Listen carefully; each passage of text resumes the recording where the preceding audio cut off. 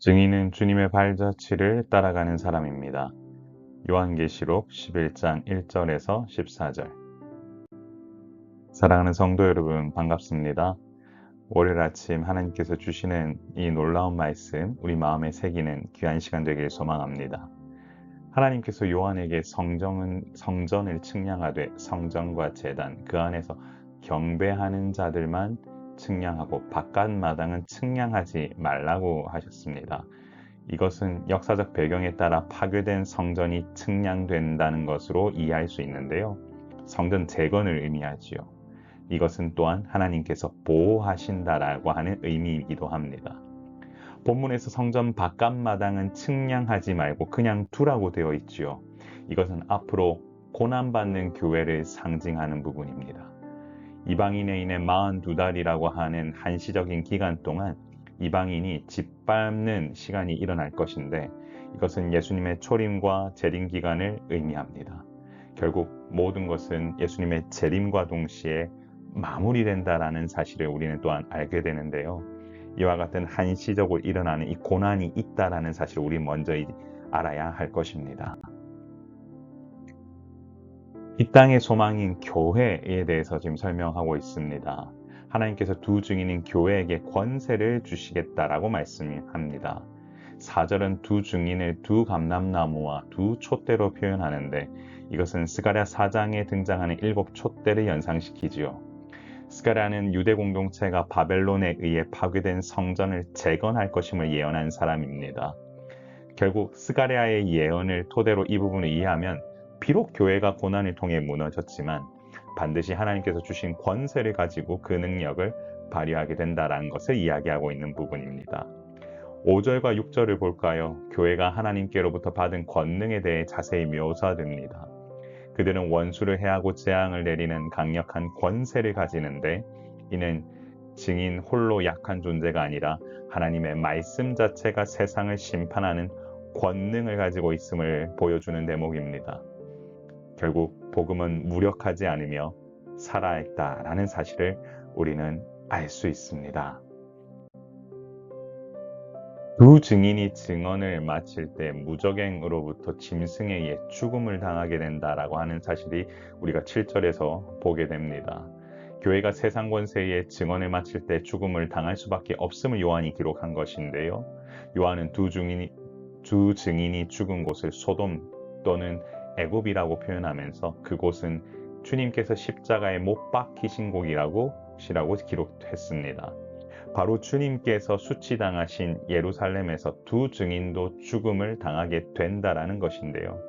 또한 이 장면에 사흘 반 동안 백성들과 족속과 방언과 나라의 사람들이 목도하게 된다라고 되어 있습니다. 그야말로 주님께서 가신 발자취를 걸어가면서 장사도 치르지 못한 수치를 증인들이 겪었음을 알 수 있는 대목입니다.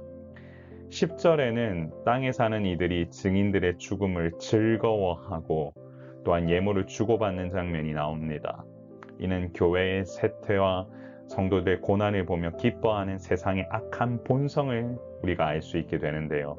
이처럼 복음 때문에 겪는 고난과 조롱이 있을 수 있으나 여러분, 두려워하지 않아야 합니다. 복음은 고난 속에서 더욱 힘있게 증거될 것입니다. 3일 반 지난 후 하나님의 생기가 그들에게 들어가 죽었던 증인이 살아나는 역사가 일어난다고 11절에 기록되어 있습니다. 이는 에스겔 37장 9절과 10절에서 하나님의 생기가 마른 뼈에 들어가자 소생하는 사건 혹시 기억나십니까? 그때 두 증인의 즐거움을 바라보던 자들에게 두려움이 일어나게 되는데요. 이후 두 증인은 하늘로부터 큰 음성을 듣고 하늘로 올라가게 되었다. 12절에 나오지요. 이것은 예수님께서 부활하신 후에 승천하신 과정과 비슷합니다. 주님의 발자취를 두 증인이 그대로 따르게 된다라는 의미입니다. 결국 고난과 죽음의 과정을 지나 부활과 승천의 영광을 교회가 경험하게 된다. 이 사건 직후 큰 지진과 함께 심판이 임하고 남은 자들이 두려워하며 하늘에 하나님께 영광을 돌리는 놀라운 일들이 일어납니다. 하나님의 심판은 악인에게는 멸망이지만 남은 자들에게는 회개의 기회와 하나님을 인정하는 모습을 우리는 알 수 있게 되는데요. 고난 끝에 반드시 하나님께서 준비하신 영광이 있다라는 사실을 우리는 알 수 있습니다. 이처럼 그 영광을 바라보며 증인의 삶을 사는 주님의 자녀가 되기를 소망합니다. 사랑하는 성도 여러분, 증인은 주님의 발자취를 따라가는 사람입니다. 두 증인의 삶은 예수님께서 가신 길을 그대로 걸었습니다. 수많은 고난과 핍박도 있었고 죽음도 맞이했지만 결국에는 부활하여 승천하는 일까지 주님과 동일하게 경험했습니다. 이처럼 부활의 증인으로 부름받은 자들은 예수님께서 겪으셨던 고난을 피할 수는 없지만 그 뒤에 있을 부활의 영광도 증인으로 부름받은 자들만이 누릴 수 있는 영광임을 기억해야 합니다. 오늘을 사는 그리스도인의 삶을 돌아보면 현실에 지쳐 앞으로 다가올 영광과 승리에 대해 잊어버리는 경우가 있습니다. 그러나 잊어버리지 말아야 할 것은 반드시 승리가 온다라는 사실입니다. 부활의 영광을 믿는 자에게 주실 승리가 있고 하나님께 돌릴 영광이 있습니다. 그러므로 믿음의 자녀들은 사명 중심으로 삶의 방향을 정비하고 주님 가신 제자의 길을 따라 묵묵히 교회 공동체 안에서 성장해야 합니다. 증인의 삶은 고될 수 있으나 아름답습니다. 주님의 발자취를 따라가는 그 삶 가운데 하나님 주시는 평화가 있다는 것 기억하시길 바랍니다. 우리 이렇게 기도해 볼까요? 주여, 주님의 증인으로 사는 인생 가운데 참 평화를 주사 하나님께 영광 올려드리고 기쁨으로 나아가는 주님의 제자가 되게 하옵소서. 우리 같이 기도하며 나아가겠습니다. 존귀하신 하나님 아버지 은혜를 감사합니다.